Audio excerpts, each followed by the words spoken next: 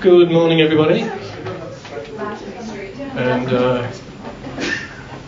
welcome along to this morning's Insight and APSAD seminar presentation. We'll begin, of course, by acknowledging the traditional custodians of the land on which we meet today and pay respect to elders past, present and emerging. And we'd also extend that respect to other Aboriginal and or Torres Strait Islander people joining us today. We're very fortunate today to have Shane Rebgetz from Caboolture Mental Health, where Shane's a team leader and psychologist there. And Shane has done some research into schizophrenia and marijuana, and he's going to be presenting on that today. We know that's an area where treatment outcomes can be poor, and Shane's research has indicated there are some things that we can do that can work. And the thing I like about this research is that it has a local component to it. Firstly, thanks to Rod and Ben for organising today and having me here.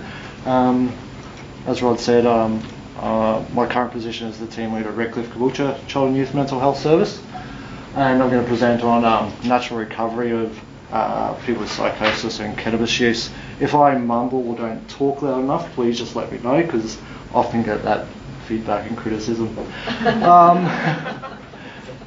I firstly just want to, obviously this was part of my PhD program which I finished last year, so I just want to acknowledge my supervisors, Professor David Kavanagh and Dr. Leanne Hydes from QUT, and Dr. Anand Chowdhury from Caboolture Hospital for their support and helping me keep going through the PhD journey.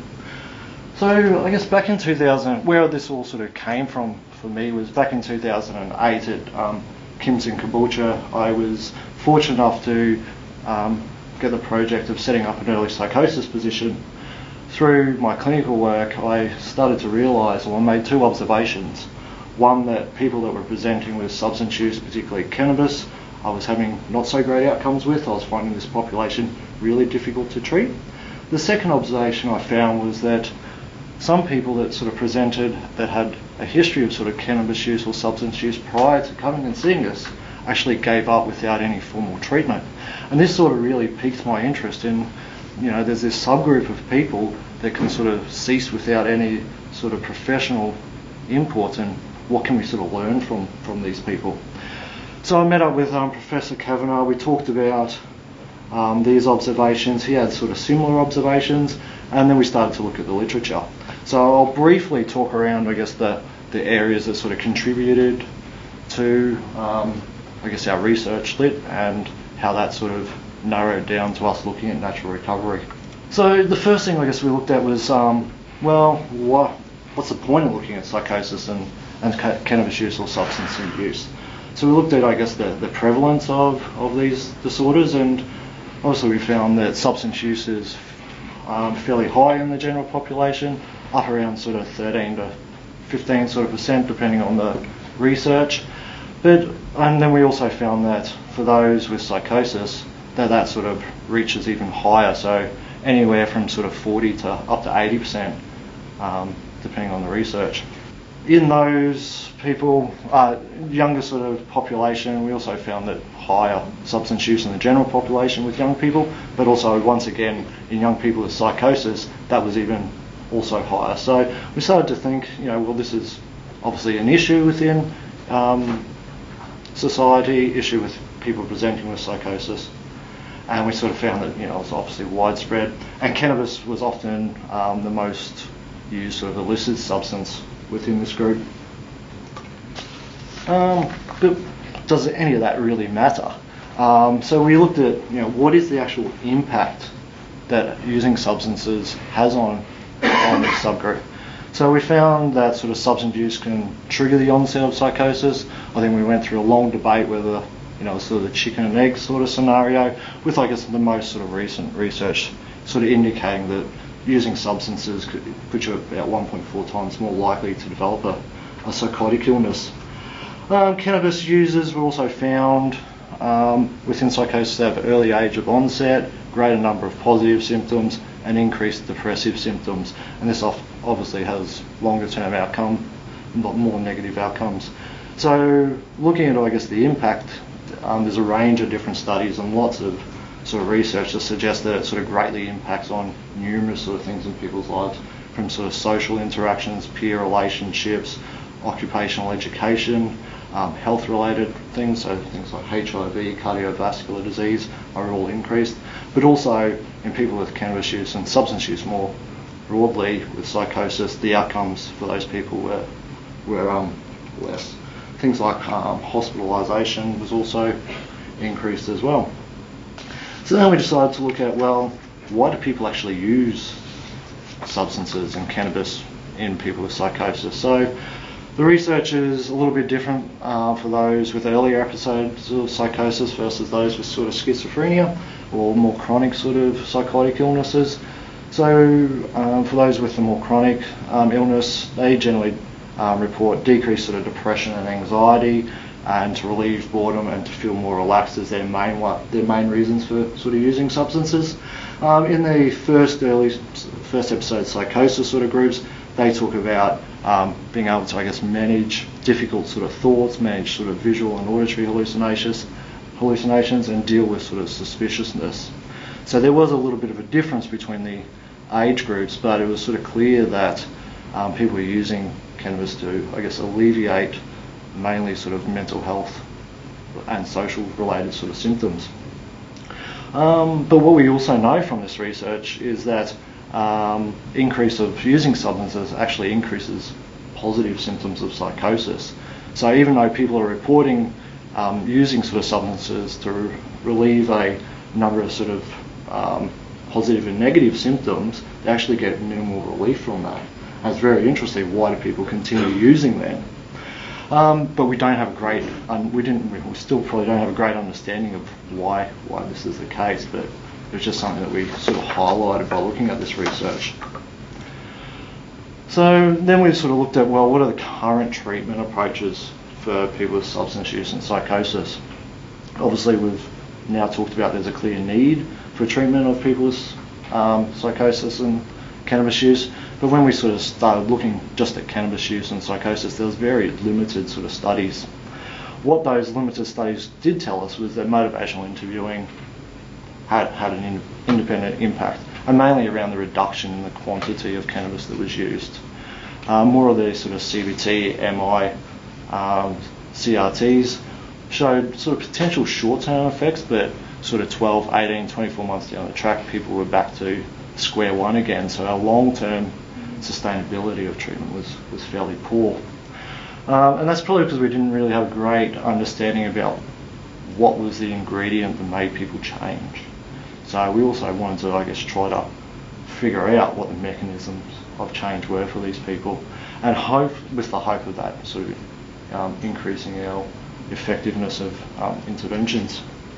And obviously one area that we also had a quick look at, but it wasn't sort of the focus of research, was relapse. So given the longer term outcomes of the CRTs, people went back to using. Obviously relapse is an issue. And relapse, looking at the literature, it seems to, I guess, differ between substance use and the general versus people with psychosis versus people that have substance use without psychosis. So therefore we suggested that it may require different sort of relapse preventions. I guess what we knew about sort of relapse is the recovery is highly variable and fluctuating, but once again there's very limited studies looking at sort of relapse context, triggers, and if people got back to ceasing or reducing use again. So then finally, I guess we started to look at natural recovery and substance use generally. We sort of found that sort of natural recovery of substance use in people with psychosis was not well understood. When we looked at, I guess, the general sort of population, there's a fair amount of research on natural recovery from cocaine, cannabis, heroin, alcohol, and then particularly alcohol. And I guess the main thing that they sort of find, which sort of links with motivational interviewing, is the costs and benefits seem to be the most important sort of piece of work. But whether that, then we sort of looked at whether that can relate to the substance use and psychosis group. One way that we thought we might be able to, I guess, look at, well, does this natural recovery phenomena actually exist in cohort? I had some sort of clinical observation, but what can we actually gleaned from the literature. So we actually started to look at control groups of treatment trials. So what we found was that substance users with psychosis in control groups had similar reductions in substance use to those receiving active treatment. Also raises another question in terms of, I guess, why the results of the CRTs probably weren't as strong as that the control groups were actually improving as well. So it sort of lends I guess, and a lot of those control groups were things like treatment as usual wait lists, so they weren't receiving sort of active substance use sort of intervention. So sort of, I guess, added a bit of weight to this sort of theory that we had that natural recovery does actually happen in these people. So I guess the general, I guess, consensus about what natural recovery is that sort of just people that stop using substance without any sort of formal treatment. And this can often happen before the onset of psychosis, is sort of what the literature may suggest. Cool. And then we also started to look at, well, is there actually any research looking at natural recovery or substance use in psychosis? And at that time there was sort of one or two vague studies that wasn't looking at that specifically, but in a broader sort of qualitative sort of study was starting to look at that. And therefore we thought that, you know, having a better understanding of that process might sort of underpin, might sort of help support our research. So I guess, yeah, what we concluded from our lit review on natural recovery and psychosis was that there wasn't much research. There was 2 or 3 articles sort of looking at that. But in those articles that sort of suggest that natural recovery does exist, and it actually reflects, I guess, individual sort of change processes. We also looked at comparing the natural recovery from substance users versus natural recovery from substance use and psychosis cohort, and we found that there were some sort of similarities and differences, and I'll talk about that in a bit. And then we thought that, I guess, a series of natural recovery studies may play a vital role in improving our understanding of this concept. So I guess the main aims of, I guess, my PhD were to explore natural recovery from cannabis use in people with psychosis, identify, I guess, the variables and process involved in the reduction and cessation of cannabis use, and I guess the 3 main areas we wanted to target were, 1, the reasons and triggers why people stopped using, how they actually maintained that use, and then if they went back to relapsing, why they went back to relapsing, and if they gained control again, how did they manage that? So my PhD was thesis by publication. We looked at 2 existing data sets, quantitative data sets, and then we collected research mainly qualitatively for 2 datas, and we had sort of 7 published papers. So I'll quickly go through, I guess, what we found from each of those studies, and then sort of try to pull it all together and then look at, I guess, how that might sort of impact our sort of clinical. So the first study was looking at can exploring natural recovery from substance misuse and psychosis assist with treatment. So it's just a systematic review of the current literature. So I'll skip that. So this was the comparison I was just talking about. So obviously on the left-hand side was the natural recovery, the reasons why people sort of stopped using from natural recovery studies for people with psychosis versus non-psychosis.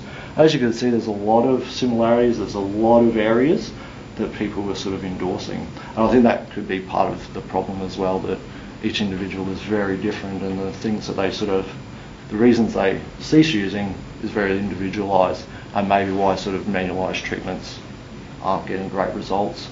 But I think what really highlighted for us the differences was related to mental health issues. So whether it was treatment of mental health, worsening of mental health, around doctors' approval, and also medication. So it was all the differences were related to their psychosis and mental health issues.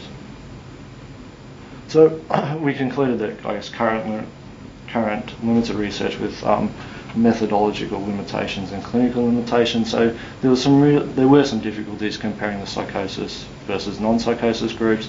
In terms of the psychosis group, often there was a lot more polysubstance use. They're using a lot more multiple substances, whereas the non-psychosis group, because there was a lot more research, it was generally just looking at one substances, and mainly alcohol, compared to in the psychosis group it was mainly sort of cannabis and amphetamines and things like that.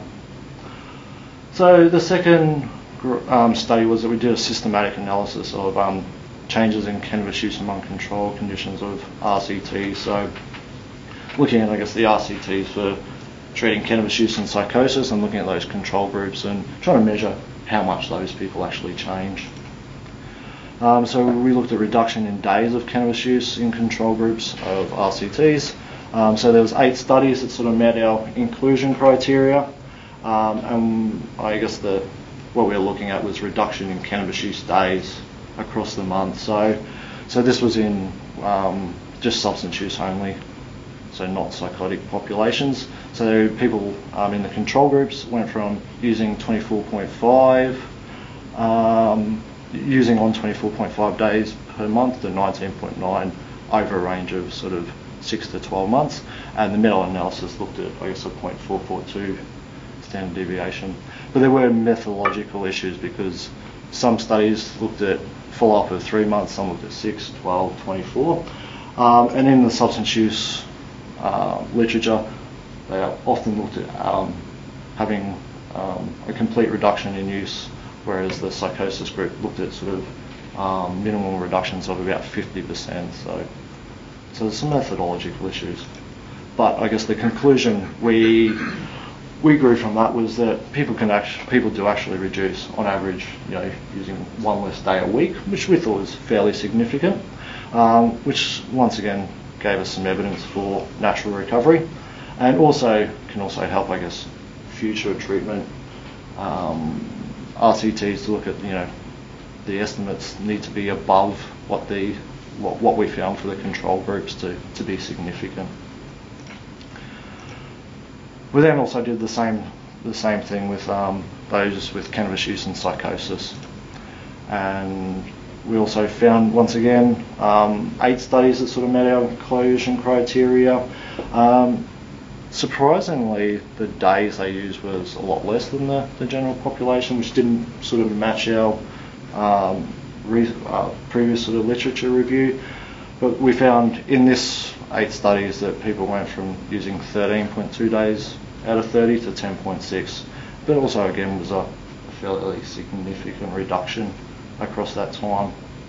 And I guess what we really wanted to know, keep trying to understand, was the what wasn't clear with these control groups, because it wasn't studied, was that we didn't understand why, or the strategies they used to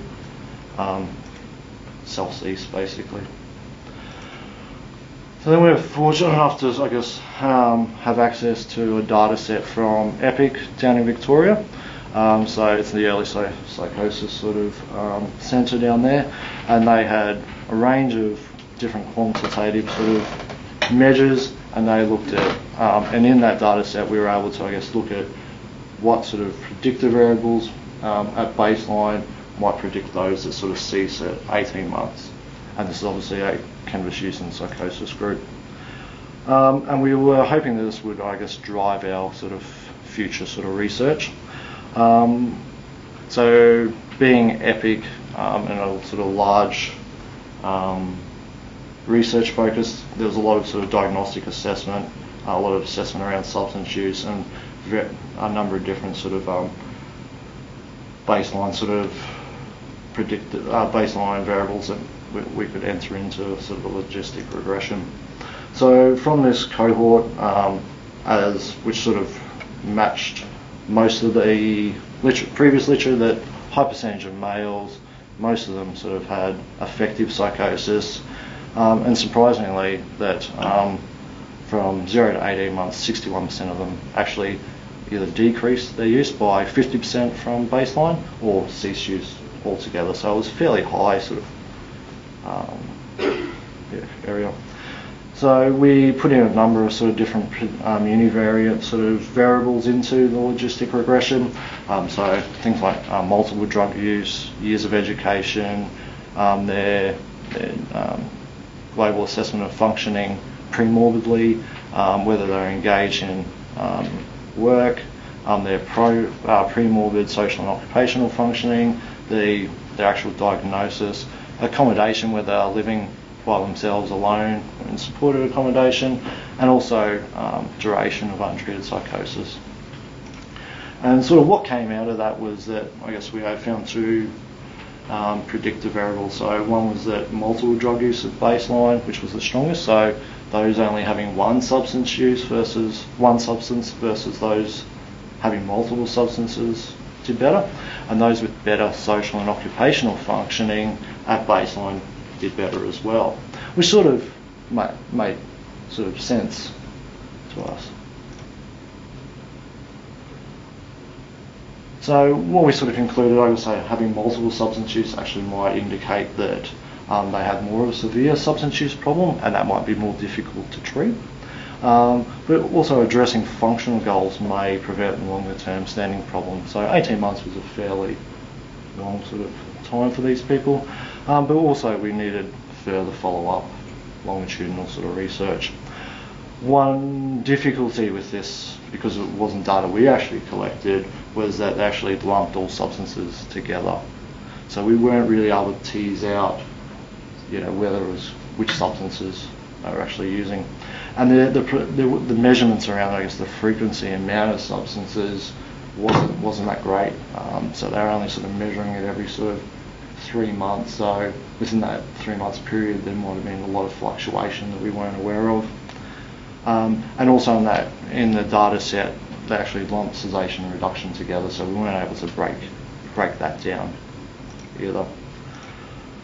So then, once again, I had access to Leanne Hyde's, one of my supervisors, data that she collected from Logan and the Royal as part of her PhD, and she, in that data set, we're able to look at people from 0 to 6 months, and once again looking at predictive variables in terms of how what variables that led to their reduction at 6 months. So I guess this was an improvement on the previous study, and we had sort of frequent and precise measurement. So Leanne actually looked at measuring them every week for the first 3 months, and then bi-weekly for the next 3 months. So we had a good measure of what was changing for them. And she also had, I guess, cannabis as a separate measure. So we were able to look at that. So we were able to, I guess, identify more subtle changes than the previous study. So, as I said, it was the sample and context was from Brisbane, so Logan and the Royal inpatient. So she collected them when they were inpatient at those hospitals, did the baseline measures, and then monitoring measures across weekly for the first 3 months, and then fortnightly for 3 months after that. And the measure we were looking at was obviously cannabis, and it was nil use over that 6 months. So people that had stopped using at the time, or the 4 weeks preceding their admission, to not using at all over that 6 month period. Once again, fairly standard demographics for the participants. Mostly male, mostly with affective psychosis. In this population, we found that 28% of those, of about 70 participants, actually didn't use any cannabis over that 6 months. Once again, we put a lot of variables into the logistic regression, and we found that stable private accommodation and receiving income were the strongest, or were the most predictive of those people that ceased from over that 6 month period. So what we can conclude from that was that I guess optimal substance use outcomes could be achieved by addressing accommodation and employment, which is a no-brainer as well, but it's good to, I guess, get some research that's probably supported what we do clinically as well. And then this sort of led to, I guess, the design of our first qualitative study. So we're looking at, now we're specifically trying to target people that naturally recovered from cannabis use and people with psychosis.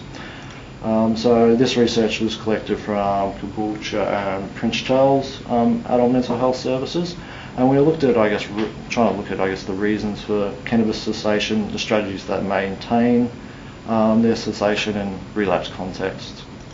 So we were looking at, I guess, we retrospectively explored those sort of areas, so the triggers for a change, the process involved in continuing to stay off or reduce their use, what led them back to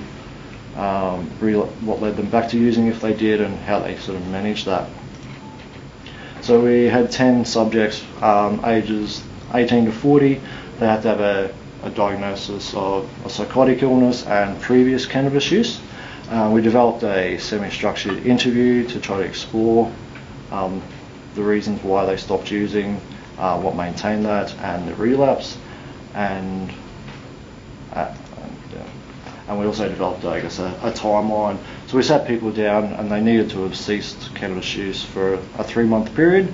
So we sat them down, looked at, I guess, by using sort of timeline follow-back method, looked at, I guess, when they started using cannabis, when they started having mental health problems, tracked that over time, and looked at areas where they were able to cease for at least 3 months, and then asked them the qualitative sort of questions around how they stopped using, what was happening around then, why they stopped.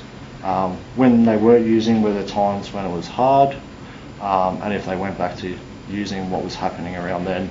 So we used sort of IPA sort of analysis to try to make sense of the qualitative data we had. So once again, fairly similar demographics, mean age of 23, most of them had affective psychosis. They started using cannabis around sort of 13.7 years of age, which is fairly young. And on average, the people we interviewed had, been able to cease using cannabis for almost 8 months. So it was a fairly good length of time. And so what we found was there was a negative impact of substance use across multiple domains, and the presence of social support actually seemed to be very important for these group of people. They're using a number of different coping strategies and not just relying on one or two was really important. In terms of, I guess, how they were able to maintain their cessation, was that it was actually related to their mental health issues. So it all sort of tied into our sort of the previous sort of research that we looked at. And also in terms of, I guess, relapse, their ability to address sort of pressure from substance use and peers, so which is pretty standard sort of relapse prevention work. So that made sense. So what we sort of concluded from it was that it's focusing on eliciting a range of benefits for cessation, like you would in motivational interviewing was fairly important. But I guess having an overarching sort of goal for these people seemed to be pretty important. And then we looked at, I guess, some of the limitations as well, was that it was obviously retrospective in nature. So we were trying to rely on people's sort of recall, which led to, I guess, our final study, which looked at, I guess, those same questions, but this time we looked at people that were admitted to hospital and followed them up over a 3-month period, and looked at those that actually made a reduction or cessation of their use, and asked the similar questions about how they got it. One, it improved from the previous study. We didn't have to recall, they didn't have to try to recall something that might have happened sort of a couple of years ago. So looking at the same areas again, and we're able to also track motivation over that time as well. So we recruited 22 people from the Caboolture Adult Mental Health Inpatient Unit. 16 of those actually completed through to the 3 months, and of those 16, half of them reduced or ceased their use. So reduction in use was once again quantified as 50% reduction in their sort of baseline use. We used the same sort of qualitative questions from the previous study and the same sort of IPA analysis. What we found this time was that I guess less negative symptoms at baseline, and only using cannabis versus using cannabis and multiple substances seemed to be important in terms of that initial cessation or reduction. Worsening mental health symptoms, relationship difficulties and lifestyle difficulties, also improvement in those seem to also predict reduction. What sort of helped to maintain their change seemed to be linked with the reasons they endorsed for initially making a change, and was varied in terms of different sort of dealing with difficulty, emotions, dealing with their mental health issues, dealing with sort of relationship and lifestyle issues, and some have also endorsed being on antipsychotic medication as something that helped. For those that sort of relapse, which from memory I think was about 4 out of those 13, it seemed to do with, I guess, the thing around relationships and being with substance using peers to try to gain connection with people. Having difficulties in relationships or relationship breakdown, so going back to using substances as their main way of coping, and also, which we found really important, which we found interesting, was that they also endorsed that negative emotion, so not related to the psychotic symptoms, but just general negative emotion, more like sort of, I guess, depressive illnesses and or sadness and things like that is a reason they went back to using. So I guess what we concluded from this study was there was a high rate of maintained reductions, so half of the people were able to not use for 3 months. There's benefits across multiple life domains, so once again coming back to there's multiple areas that we need to address to help people cease using. The negative symptoms, multiple substance use, dysphoria and pressure from substance using peers, so addressing those issues really seem to be important. But obviously this was only a small sort of cohort, so we also acknowledge that this needs to be replicated on a larger study. Trying to put all this together now, what does it mean for us? I guess firstly, current treatment approaches for people with psychosis and cannabis use have limited impact. People with psychosis and cannabis use can recover, and without our formal sort of treatment. There's a sort of substantial gap in natural recovery and an area that needs ongoing sort of research to try to see if we can sort of enhance our current treatment approaches. So tying together, I guess, the reasons people stopped using from our literature review and the 6 other studies was that from paper 1, stable psychotic symptoms and close connections were important. From the EPIC study, only having 1 substance to use, having better global functioning and pre-morbid social and occupational functioning was important. From the data set that Leanne collected for her PhD, private accommodation receiving and income were important. And from the last 2 sort of qualitative papers, a range of different issues around health, finance, employment, social pressure, mental health problems, dissatisfaction with cannabis, legal issues, relationship issues and lifestyles.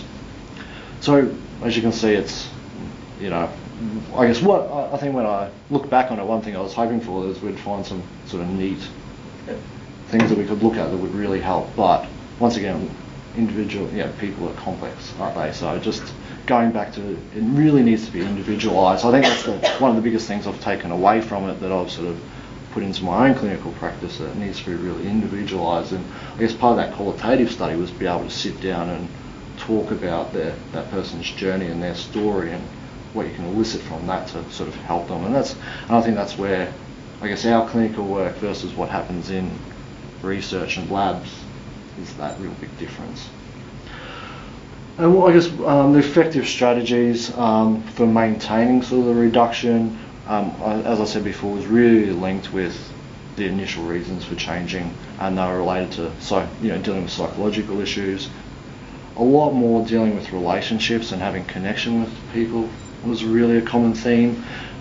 Changes in sort of social groups, engaging in things like sports and more pro-social activities seemed to be important, and also adhering to sort of medication was important. So this is sort of just covering the same issues again, but I think one of the things that was different that we found compared to the previous literature that just kept coming up was, I guess, that role of emotional support and significant others and social issues, which I think sometimes we in the literature was really sort of missing. It was more focused on looking at, I guess, what motivates them to change, looking at, I guess, the psychotic symptoms and things like that, but this was rarely sort of mentioned.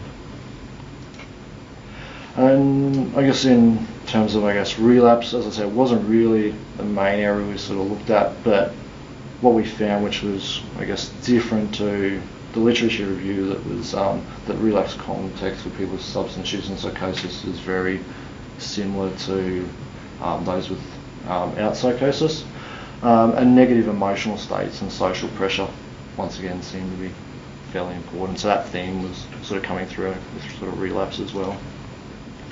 Obviously there's a number of different limitations across all the studies. We sort of lack a large sort of mixed methods study, sort of following up, trying to pull all this research together. Obviously with any qualitative research, personal bias can be an impact. All of us have been trained in motivational interviewing and CBT, so often we have to be mindful that we didn't see everything through that lens. And throughout the studies, and also the literature, there's sort of varying degrees about what is cessation, what is reduction, and how that's sort of measured, and also with follow-ups. Is 3 months follow-up enough? Or does it need to be 2-year follow-up? So that was all varied, which makes trying to synthesize everything really, really difficult. And obviously, most of it, particularly our last 2 studies, was all on self-report as well, even though we know that the research sort of suggests that self-report is fairly accurate. We didn't sort of do any sort of your own analysis or anything like that. I think this is, so what are the clinical implications from this? Well, what do we take away from it as mainly being a clinician? So for me, it was just around motivators. So I guess it endorsed the use of motivational interviewing, which was good. It's what we all get trained in, it's what we use on a day-to-day basis. So I guess it was nice to know that this is what we should be doing. Also, we need to look at, I guess, mental health symptoms in conjunction with their drug and alcohol use, but also paying particular attention, I guess, to their emotional sort of well-being, which sort of, I guess, then would link with, I guess, the CBT sort of strategies. Also looking, I guess, since the maintenance strategies were very similar to the motivators, getting, when people present and they might have been able to cease or reduce their use, trying to get a really good understanding about what led to that to try to help them continue using was pretty important. And that relapse interventions that we commonly use are really beneficial to the psychosis group as well.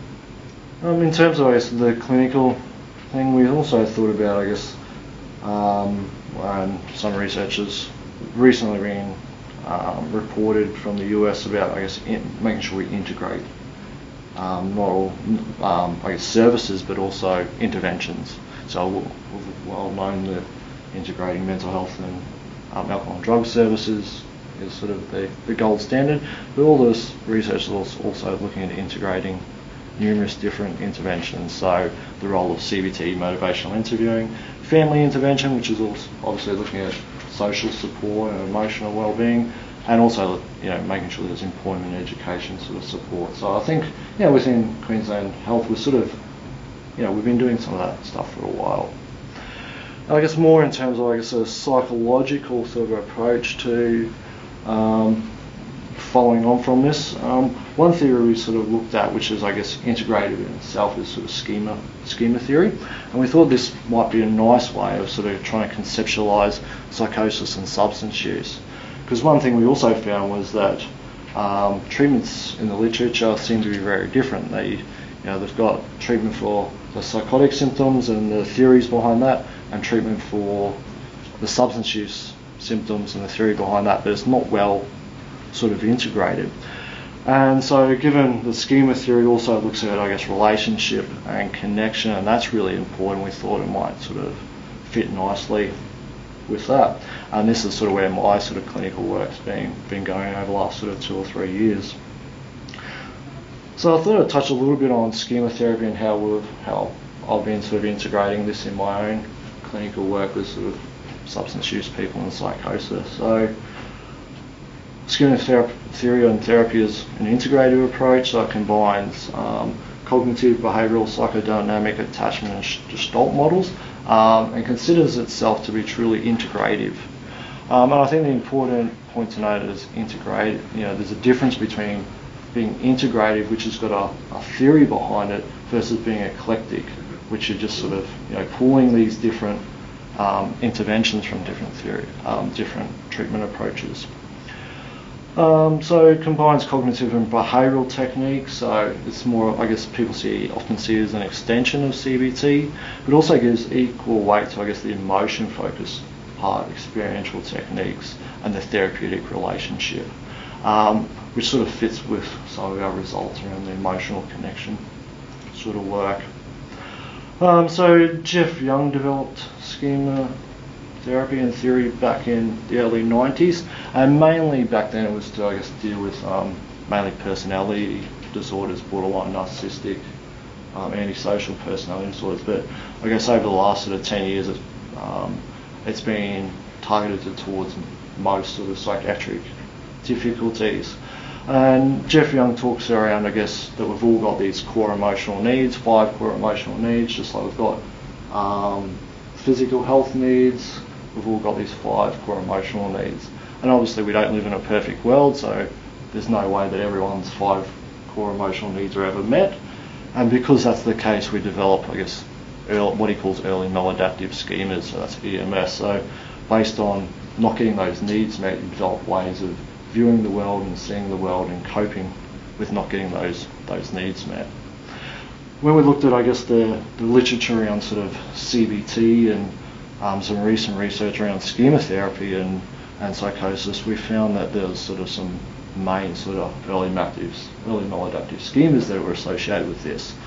And those are there. So vulnerability to harm, which is, I guess, the fear that something bad's going to happen to you. Emotional inhibition, not being able to deal with emotions. Social isolation and alienation, so obviously feeling isolated from others. Defectiveness and shame, so thoughts around worthlessness, I'm not good enough. And unrelenting standards, so putting a lot of pressure on yourself. Having those sort of, I guess, schemas seem to be linked to developing a psychotic illness. There's also some other ones that, depending on the individual, might come up, and particularly things around mistrust and abuse, given that childhood sexual abuse is quite high in those with psychotic illness. And I guess what schema theory sort of says around substance use is that when, I guess, these schemas, we use the schemas as short for the early maladaptive schemas, so when these schemas are activated, we develop a way of coping with those. And substance use is an avoidant coping, so it sort of gets rid of those negative emotions.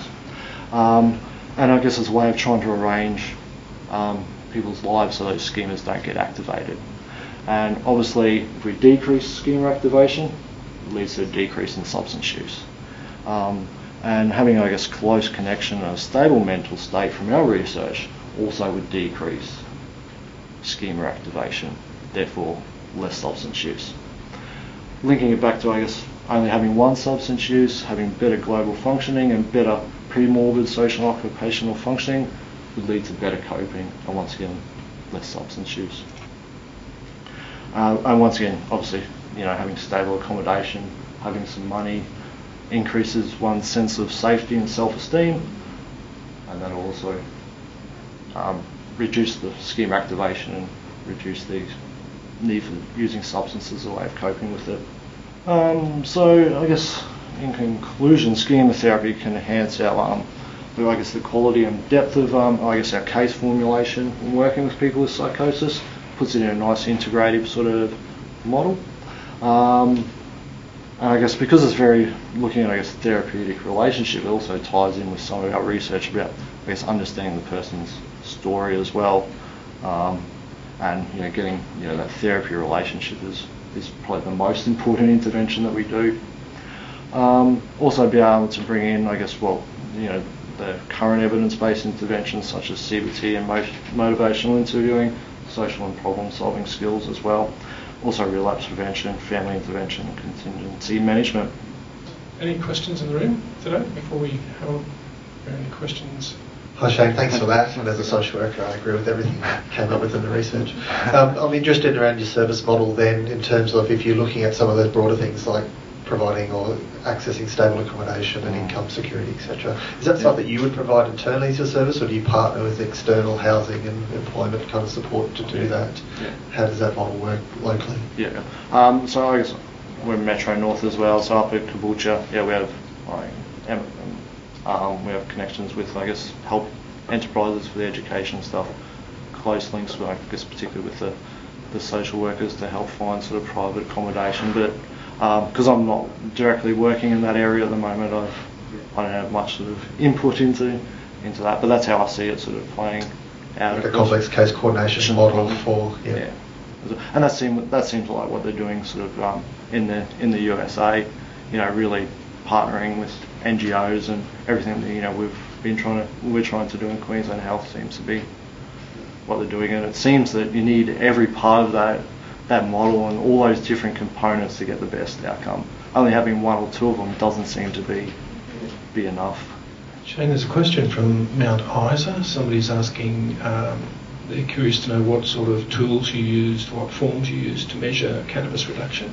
In our last two studies, we looked at we used timeline followback method. So just through that method, we're just looking at, I guess, number of cones per day, number of cannabis using days when they used. In the EPIC model, they developed their own sort of measure, which they've sort of been using. That's the same one Leanne replicated up here as well. Most of them used, I guess, the structured sort of interviews as well to measure. I'd like to just thank you for your presentation today, Shane. It's been extremely interesting and worthwhile, and we'll conclude there. Thank you.